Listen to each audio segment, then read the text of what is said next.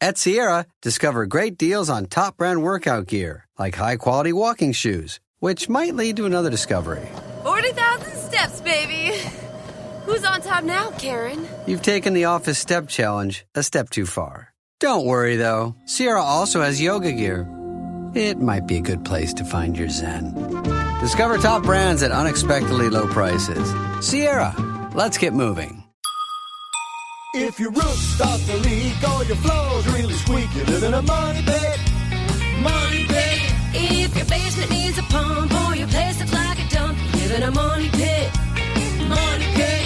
Pick up the telephone. Fix up your home sweet home by calling 888-MONEY-PIT. The Money Pit is presented by Quickcrete and Dyche Coatings. Now here's Leslie Segretti. Coast to coast and floorboards to shingles, this is the Money Pit. I'm Leslie Segretti, and I'm joined by the best producer in the business, Jim Kenzie. Jim, how's your summer going? It's been going great. Just crazy. I thought I'd have a, moderate summer, but it hasn't turned out that way. Well, we are embarking on some college tours next week. We've got Boston University, Syracuse, so lots of exciting days. Wow. And when we return, I'm hoping that the veggie garden is ready for harvest. I mean, the peppers are growing like crazy, but I bet a lot of you are like, whoa, Leslie's not a gardener. And if that's what you're thinking, you are remembering correctly. Old brown thumb Segretti? That's me. But my boyfriend Mike is, and he's done a fantastic job since the Father's Day plantings. And I can't believe there's like 3 big peppers on it already. So we'll see. I mean, Sweet. Maybe I can cook like some stuffed peppers or something when we get back. Anywho. We've got a great show coming up for you guys this hour. So coming up, summer is not over, but is your home already feeling the heat? We've got your late summer clean and refresh, smart tips to tidy up your spaces, freshen the air, reset your home before all of that back to school buzz starts happening and the pumpkin spice takes over. Cause I feel like it's like August 1st before all of the coffee shops are like, pumpkin spice, everything, a pumpkin spice. I love it. I personally don't like it, but I'm not ready for it anyway. Mm-hmm. Also, July saw one of the worst flood incidents in our country, and so many lives were lost, including lots of precious children. So with flash floods and heavy rain making headlines, is your home ready? Coming up, we're going to share some smart, simple steps to protect your house from water damage, how you can stay informed with weather alerts and make sure you're not caught off guard when the skies open up. And from backyard barbecues to glowing string lights, summer fun can spark fire hazards that you might not even notice. We're going to walk you through fast, smart fire safety checks from grills to garden gear so you can relax and enjoy the safety season. Coming up this hour on the Money Pit. And this hour, we've got a great giveaway for one lucky caller. The SpreadStone Decorative Concrete Resurfacing Kit is a pre-mixed factory-tinted stone coating system that locks onto your concrete and produces a surface with a stunning decorative appeal and outstanding performance. The application is fast and simple, and you don't have to be an artist. You just roll on the coatings in the order that's specified, and you get a beautiful new stone surface. And it's a value of $150. And that's going out to one lucky caller this hour. So give us a call at 888-MONEY-PIT for help with your projects and your chance to win. Jim, who's up first? Brian in Arkansas is holding, and he has a mysterious odor in his house. What's going on over there? I've got a crawl space under my house of about 1,900 square feet, and we've noticed the last several years, only in the summer, when we go away from a long weekend, we come back on a Sunday night, and there's a peculiar odor in the house. It's a musty smell, if you will, but again, only in the summertime. Generally, it's just more humid in the summer, and it only happens when you're away, so then there's less air movement within the house. Doors aren't being opened and closed. Windows aren't being opened and closed as frequently, so you're not getting that turnover of air as you would should somebody be in the house. Do you have a crawl space in your house? Well, when the house was built 15 years ago, they put down some probably 4 or 6 mil sheeting, but it wasn't completely encapsulated. So what I have done in the last 2 weeks is gotten some 15 mil poly, and I have totally encapsulated under the house. I've wrapped the pillars, I've sealed the walls, and I've taped the seams. All right. Well, that's great. I mean, if you have everything sort of covered with the plastic sheathing, awesome. You could also add something like an exhaust fan into that crawl space, and you can have it go on and off with a humidistat. This way, if it gets too humid in that crawl space, that fan will kick on because the humidistat is saying, hey, it's too much moisture down here, and it will circulate that air out rather than putting that moist air into the house. So it's really a good way that you can just kind of draw drier air through that crawl space and in turn make the inside of the home feel drier as well. You can also look at your gutters. You want to make sure that you have them on the house because it's all about getting moisture away from the crawl space, from the foundation, so it's not finding its way into your home. So check the gutters, make sure they're discharging clearly and away from the house, make sure the gutters themselves aren't overflowing. Look at the soil around the perimeter of the house. You want it to slope away. All of these things will reduce the amount of moisture that's building up in the crawl space and then reduce the amount of moisture that's getting into your home. Does that make sense? It does. I think I've got all that covered at this point. What about a dehumidifier? I've been told that's the next step. Yeah, and these exhaust fans, they're basically crawl space dehumidifiers. It's nothing crazy. There's a variety of manufacturers out there. They usually hang from the rafters in that crawl space. They're on the smaller side, maybe 12 by 12 or so.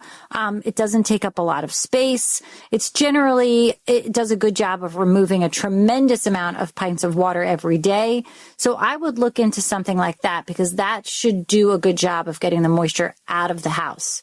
Okay, so if I totally encapsulate it and either put a fan in and or a dehumidifier, I will proceed with that. Yeah, that should definitely do the trick. All right, Brian, thanks so much for calling us here at the Money Pit. On WhatsApp, no one can see or hear your personal messages.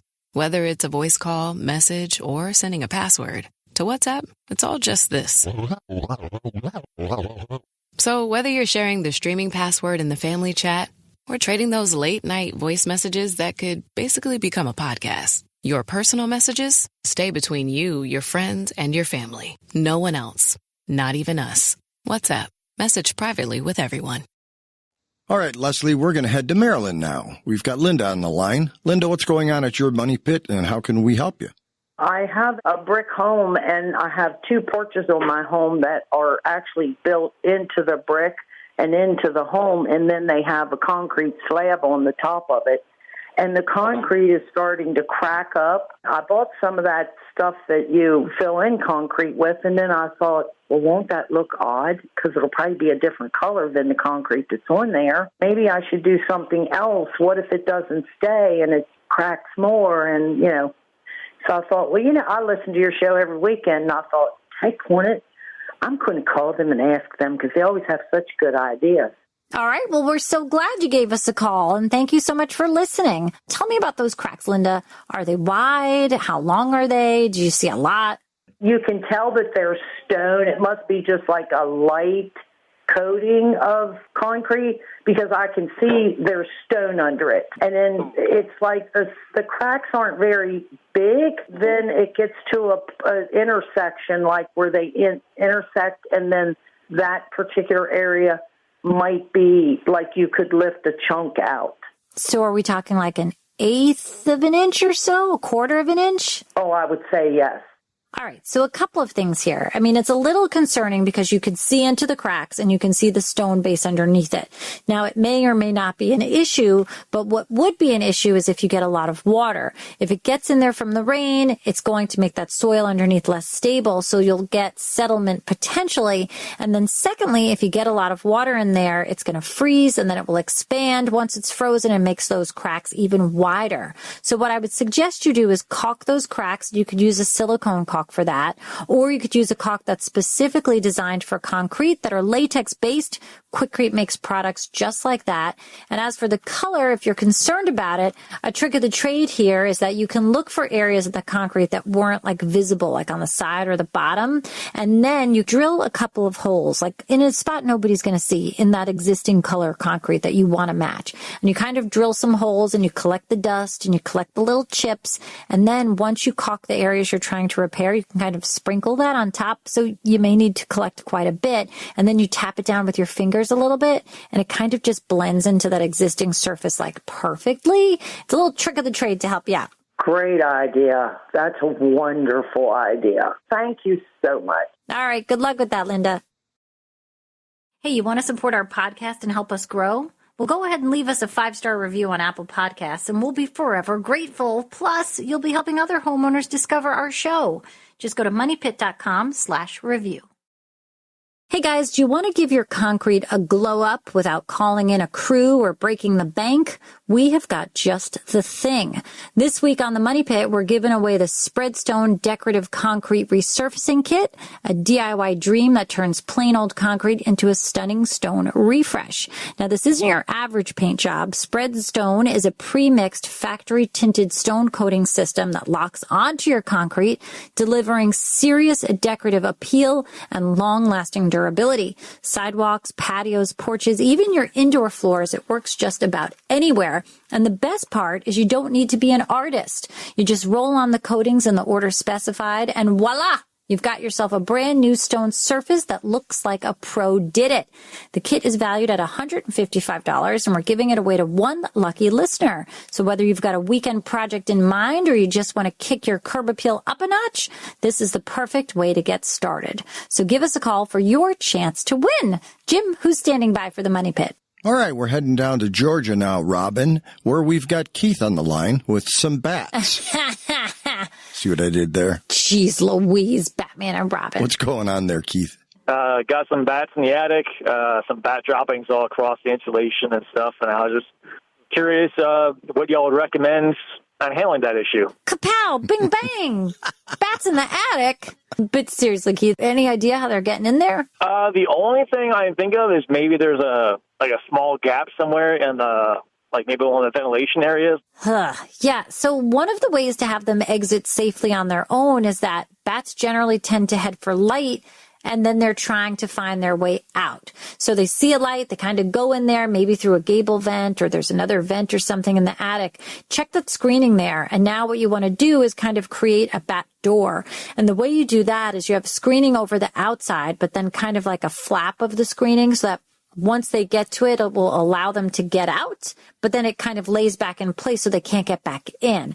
Now, if you could create a flap like that on the screen where the flaps overlap, this place is a great option for them to get out, and that's going to make a huge difference. So you could put a small hole in that main screen, then put the flap over it, so they go through the hole, they crawl out of the screen, but now they can't get back in. And it's really important that you evict them all because the bat droppings, I believe they call it guano. Mm-hmm. Bat guano actually contains a lot. Well, I go spelunking all the time. See? I don't, but I know those words. But the bat droppings could contain a lot of bacteria, and that could potentially make you sick. So you don't want to let that build up. You want to show them the door quick as possible and get them out of there. They are super duper duper cute, though.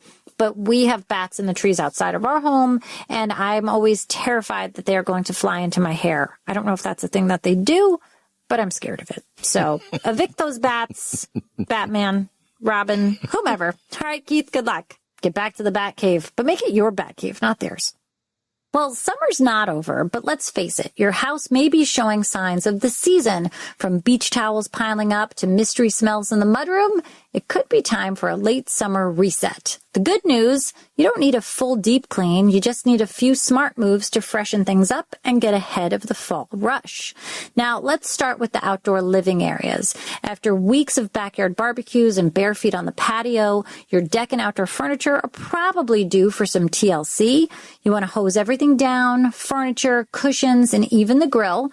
You can use a soft scrub brush with a mix of dish soap and warm water to get rid of that grime and mildew. And don't forget your doormats. Give them a good shake or run them through the wash if they're fabric. A clean entryway sets the tone for the rest of the house. Now, let's move inside, starting with all those soft goods.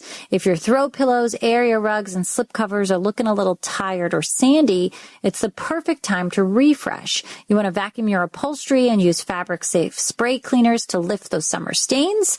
For curtains and lightweight blankets, toss them in the wash or let them air outside in the sun. It will naturally freshen and sanitize that fabric.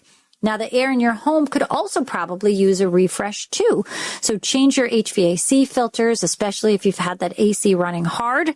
Wipe down the vents and the fan blades. Try simmering a pot of lemon slices, rosemary, and vanilla on the stove to naturally clear out musty smells, especially in your kitchen and in the basement. And here's a quick win. Take stock of the fridge and the pantry. Summer snacking can leave behind sticky jars, half-empty bags, and forgotten fruit.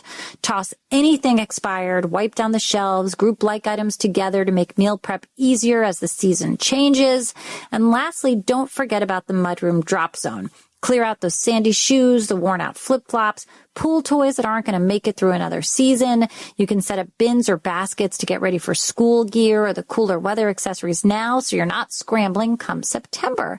Think of this as sort of a mid-season reset. You're going to feel better walking into a clean, organized space, and your home will be ready to ease into the coziest time of the year. Like I said, summer is flying. Wowzers, school. I mean, in some parts of the states, people are already gearing up, but I'm just not ready. I mean, where did I even put the summer reading books? I'm not even sure I ordered them yet. All right, Jim, who's up next? We have a voicemail left to us, Leslie, from Leah in California, and she has a Freon leak in her AC system. Let's give this a listen. My dad has a home, and he had paid a gentleman to replace his air conditioner / heating unit. So he has the one unit outside, and then there's the unit on the inside that has like the heating coil, I believe it is. Basically, the unit's been leaking Freon for the last 3 to 4 years, and the guy came and rejacked it up 2 times, and it's the R22, so the bad kind. We keep getting mixed information regarding how dangerous that Freon leak is, and if it's something that he needs to be concerned with as far as having his ducting cleaned out, or if just getting the machine repaired itself will be sufficient. All right, so this sounds like a split ductless system where you have a compressor outside and you have like an air handler mounted on the wall inside. I've got one in my basement studio. It's awesome. I'm enjoying the cool air from it right now. Unfortunately, in your dad's case, it does sound like a refrigerant leak, and maybe it has not been actually identified. So we know it exists because you're losing the Freon, but we don't know why or where it's happening. So the focus really should be finding the spot, testing the whole system for that leak, because if you can identify where it's leaking, then you can fix it. Now, the solution is not to just keep putting more refrigerant into it.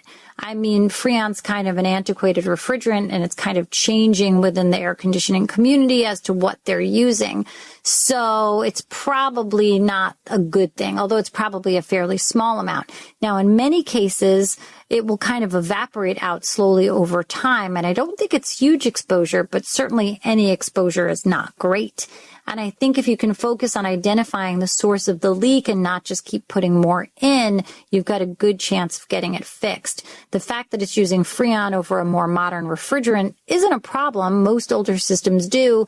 Even though we're changing to better refrigerants now, it's not a reason to replace the entire system. If you can't identify the source of the leak, then you've got to make a decision as to whether or not you want to replace it, because I don't see any other sort of half measure that you could take. I hope this makes sense. Good luck with it. Hope you find that leak. And thanks so much for giving us a call at 888-MONEY-PIT.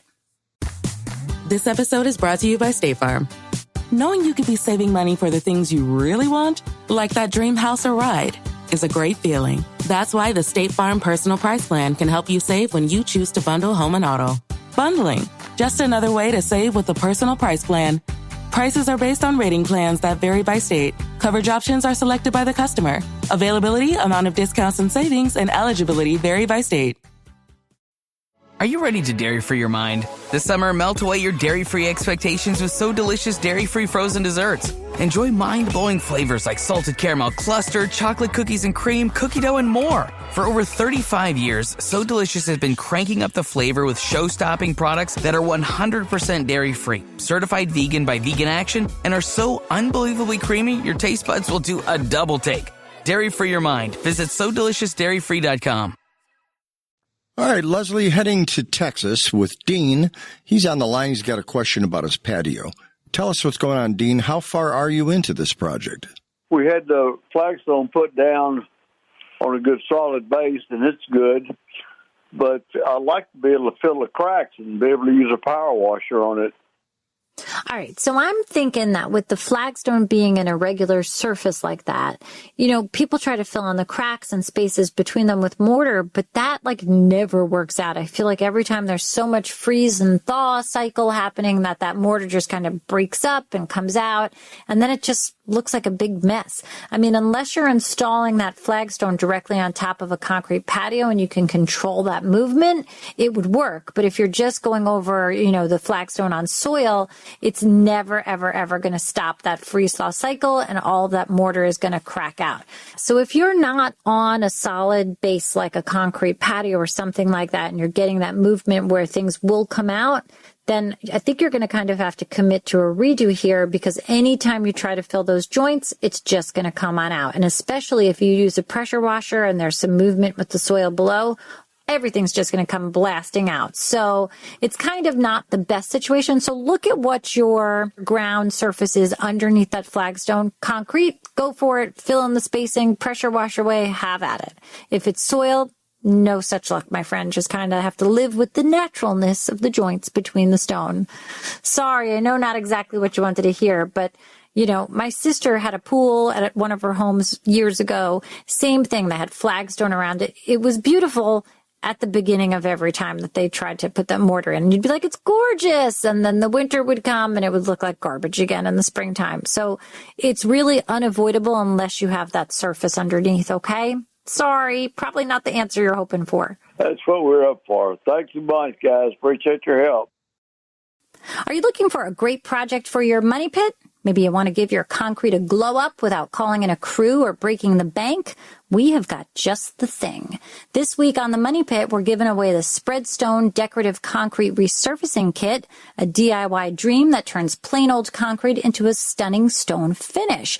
Now, this isn't your average paint job. SpreadStone is a pre-mixed factory-tinted stone coating system that locks onto your concrete, delivering serious decorative appeal and really long-lasting durability. Sidewalks, patios, porches, even indoor floors, it works just about anywhere. And the best part, you don't need to be an artist. You just roll on the coatings in the order specified, and voila, you've got yourself a brand new stone surface that looks like a pro did it. It's a kit that's valued at $155, and we're giving it away to one lucky listener. So whether you've got a weekend project in mind or you just want to kick your curb appeal up a notch, this is the perfect way to get started. So give us a call for your chance to win. Well, with heavy rains and flash flooding making headlines, especially in parts of Texas, it's a good reminder that flood risks can impact any homeowner, even outside traditional flood zones. So today, let's talk about a few simple proactive steps that you can take to protect your home and your family from flood damage. Now, first things first, you want to sign up for local weather alerts, whether it's through your county emergency system, a weather app, or a NOAA weather radio.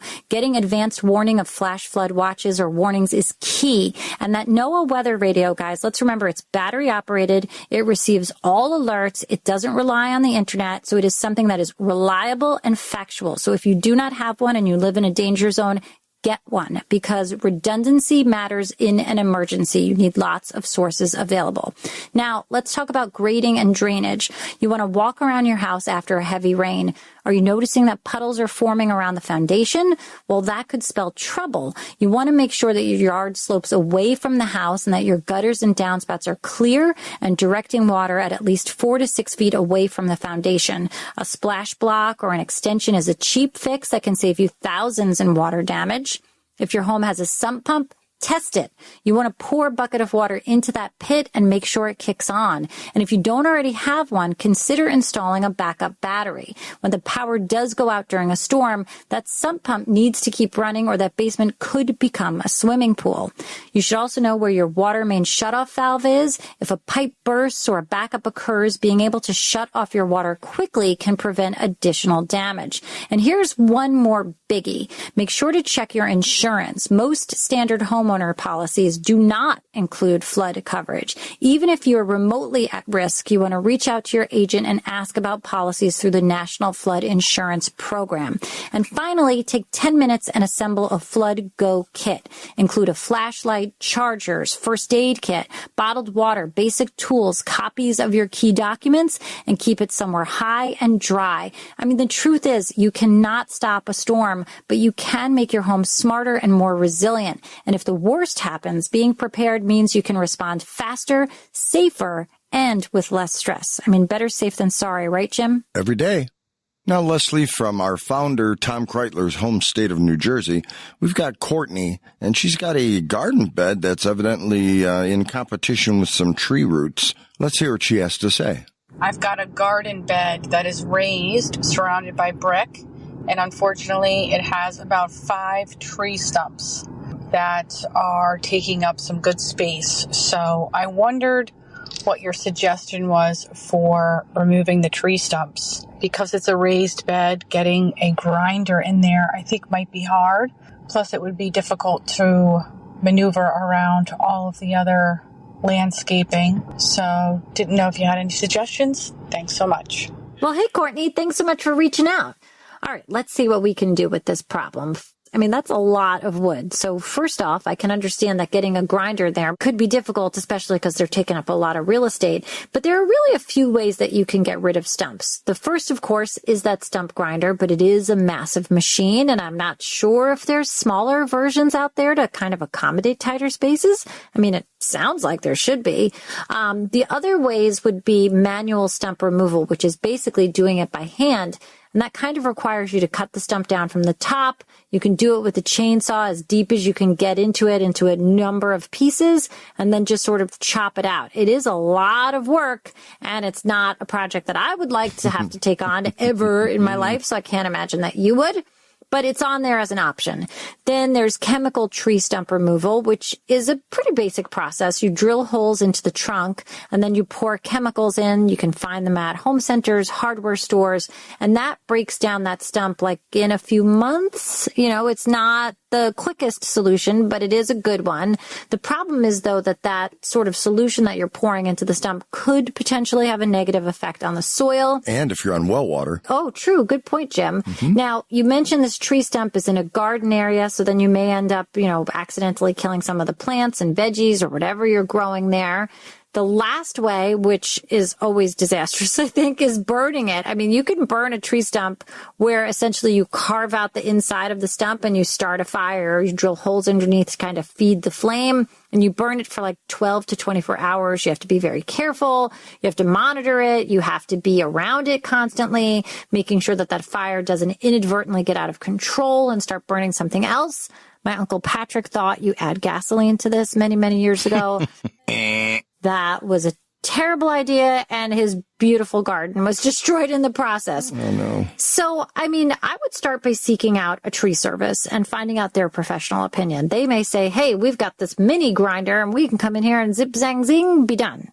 Or they might say like, oh boy, we're going to have to do this all by hand. They just don't make a smaller one. At least this way you can kind of assess the cost versus the sweat equity you'd have to put into it if you choose to do something more aggressive yourself. So a couple of options there. So good luck with that, and hopefully you can reclaim some of that garden real estate.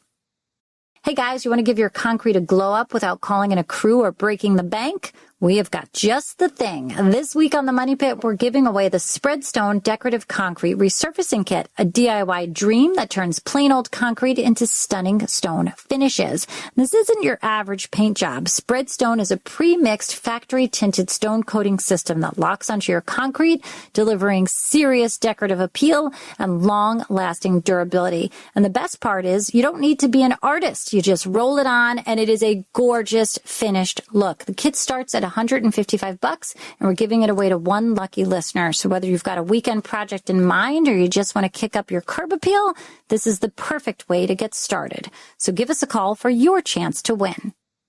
Well, summer is a season for cookouts, patios, and late nights under the string lights, but it's also the time of year when fire risks quietly creep in. So today we're helping you do a quick midsummer fire safety check because a little prevention goes a long way in protecting your home, your guests, and your peace of mind. So let's start with the grill. If you've been flipping burgers all season long, your grill may have built up grease, and that's a serious hazard. You want to use a grill brush and a degreaser to clean the grates and the interior. For gas grills, you want to inspect the hoses for cracks or leaks. Just spray soapy water on the line and look for bubbles when the gas is on. And remember, your grill should always be at least 10 feet from your home and never under an awning, deck, or an overhang. Next up, tiki torches, fire pits, citronella candles. These are cozy summer favorites, and they can go from charming to dangerous fast. You want to keep torches on stable surfaces away from foot traffic and flammable plants or fabrics. Don't leave them burning unattended, and always store fuel safely, far from heat or open flames. Now, let's talk string lights and outdoor extension cords. You want to make sure that all lights and cords are rated for outdoor use with no frays or exposed wires, and don't daisy chain multiple cords or overload the outlets. That is a recipe for overheating. If you're plugged into a standard outdoor outlet, you want to make sure that it's GFCI protected so that it will trip safely if there's a surge or water contact. And here's one thing that people often miss: dry landscaping. If you're in an area experiencing a heat wave or a drought, those dry grasses and mulch beds can become highly flammable. So you want to keep at least a 3-foot buffer zone of hardscape like gravel or pavers around your home's perimeter. It's not just tidy landscaping, it's defensible space that can prevent embers from igniting on your siding. And don't forget the indoors. Smoke and carbon monoxide detectors deserve a summer check-in too. You want to hit the test button, swap batteries if it's been more than 6 months, and make sure that you have one on every floor, especially near bedrooms. Bottom line, summer fire safety isn't just for campsites and fireworks. It's about checking the everyday things that we use all season long and making sure that your backyard oasis doesn't turn into a call to 911. Fun and safety go hand in hand here, guys, at the Money Pit. Prime delivery is fast. How fast are we talking? We're talking puzzle toys and lick pad delivered so fast you can get this puppy under control fast. We're talking chew toys at your door without really waiting fast. Pee pads, cooling mat, and peg hammer fast and fast. And there's training TREATS faster than you can say sit fast. And now we can all relax and order these matching hoodies to get cozy and cute fast. Fast free delivery. It's on Prime. The McDonald's Snack Wrap is back. You brought it back. Ranch Snack Wrap. Spicy Snack Wrap. You broke the internet for a snack. Snack Wrap is back. Ba-da-ba-ba-ba. Jim, who's next on the line? Okay, we've got John on hold right now, Leslie. In the state I'm not familiar with, Michigan. You know what, Jim? I feel like you would like it there. I feel my roots. Maybe you feel a connection. You should go check that. I will do that right now after we help you. John, I'm sorry about our banter. What's going on there? We've got a stain, and I've used a couple different stains at different houses we've lived at.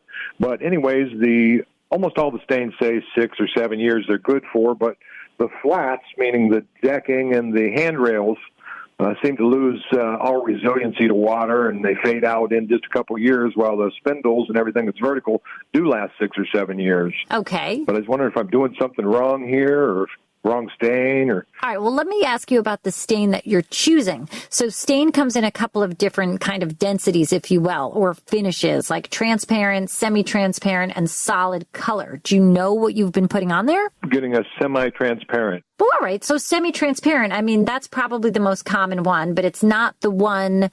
If you want like color to really saturate into that lumber and you want it to last, that's not the one you're going for. Semi-transparent is sort of an in-between of transparent and solid, and it's definitely going to last longer than the transparent, but not as long as the solid. I think a lot of people are afraid of a solid color stain because they feel like maybe they're putting paint on the deck, but it's not. Because of the formulation and the way the pigment is, it goes into the lumber itself and sort of sits into that wood so that you're able to still see the wood graining, but that surface really absorbs that solid stain and it adheres really well and it gives you a good bond, and that's just going to last a lot longer, and it's also going to wear better and longer at the same time. Okay, and so if I use the same brand, it should be okay to go over the existing. I mean, you don't even have to stay with the same brand at this point. You can use a different brand as long as you properly prep that deck before this new application. So if there's any loose stain or loose fibers on the wood, you have to do some sanding, maybe some scrubbing. If you do pressure wash, that's okay. Just make sure that the deck is really, really dry when you go to apply the finish, and don't immediately put the stain on after you pressure wash. It's just not going to stick. You have to let it dry out for a couple of days, hope for some hot sunny days, and once it's dry and you can tell it's really dry, then you can apply the stain. Thank you so much. I appreciate it. Yeah, you're so welcome. Good luck with that project, John. Hopefully you get, many, many more years after this application. If you wrote in an email, maybe this is the time you hear yours in the Money Pit. Jim, who do we have first? Someone who's so vain, you probably think this song is Probably thinks this show is about them. Yeah, probably. But no, we have Daniel who wrote in, and he says, I'm replacing my bath vanity, hence the song, and when I turned off the hot and cold valves, the water still ran. I even tried to tighten them with pliers, but to no avail. So how do I get the water to stop long enough to replace the vanity? I feel like it's like the race game. It's like, quick. I mean, it's definitely a challenge. I mean, it's happened to me as well. I tried to change something with the toilet, and I had to turn the water off. And there was like house? I was trying to turn it off at the fixture at the toilet, and it had one of those football shaped old valves on there. And I was like, I can do it. And I couldn't turn it. And then I couldn't turn it. And then it kept turning. And then it came off in my hand. And I was like, great. So, there's a lot of things, they're just not as reliable, these valves that you are coming across at the sink, at the toilets. You really have to, at this point, because you can't deal with the valve at the unit, you're going to have to go to the main. That's where you're going to have to go. You have to turn off the water main valve. And once you've turned off the water in the house, you need to replace the valves that are under that vanity. And it's not as terrible as a job as it might sound. You can always hire a plumber for this part, but you can buy PEX valves that are going to be sized appropriately for the copper pipe that you already have. And if you use the PEX valves, they're very easy to install, and they're completely watertight, and they work super well.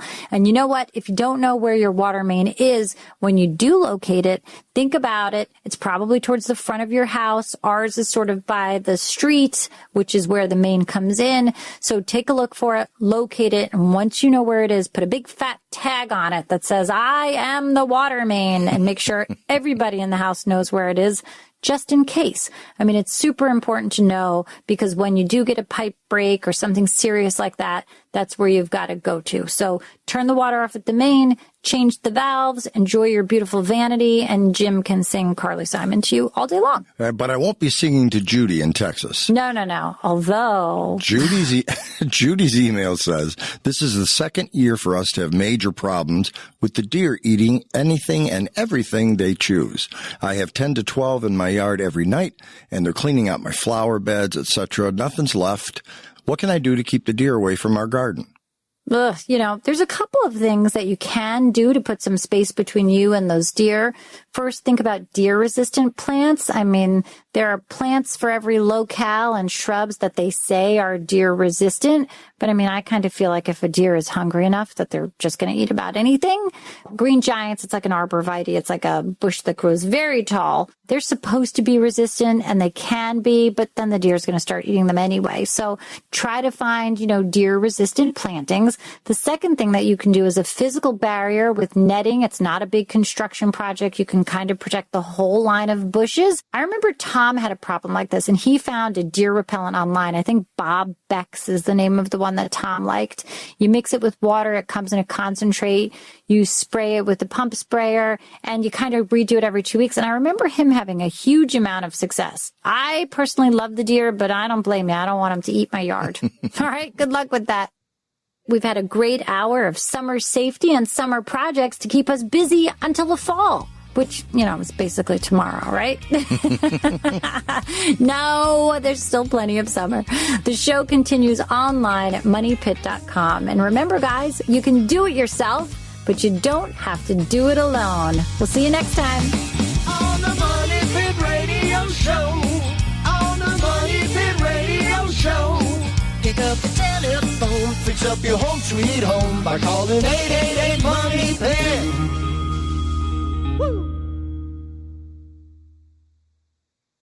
Why wait until December? At Minky Couture, we're celebrating Christmas in August. And that means big savings on the softest, coziest blankets you'll ever feel. Unwrap early joy with deals that make it easy to stock up on gifts. Or treat yourself to a little comfort. We're halfway to the holidays, and nothing says love like a luxurious Minky. Shop now in-store or online at minkycouture.com and bring home the joy of cozy. You just realized your business needed to hire someone yesterday. How can you find amazing candidates fast? Easy. Just use Indeed. Stop struggling to get your job post seen on other job sites. With Indeed sponsored jobs, your post jumps to the top of the page for your relevant candidates, so you can reach the people you want faster. According to Indeed data, sponsored jobs posted directly on Indeed have 45% more applications than non-sponsored jobs. Don't wait any longer. Speed up your hiring right now with Indeed. And listeners of this show will get a $75 sponsored job credit to get your jobs more visibility at Indeed.com/kidsandfamily. Just go to Indeed.com/kidsandfamily right now and support our show by saying you heard about Indeed on this podcast. Terms and conditions apply. Hiring? Indeed is all you need.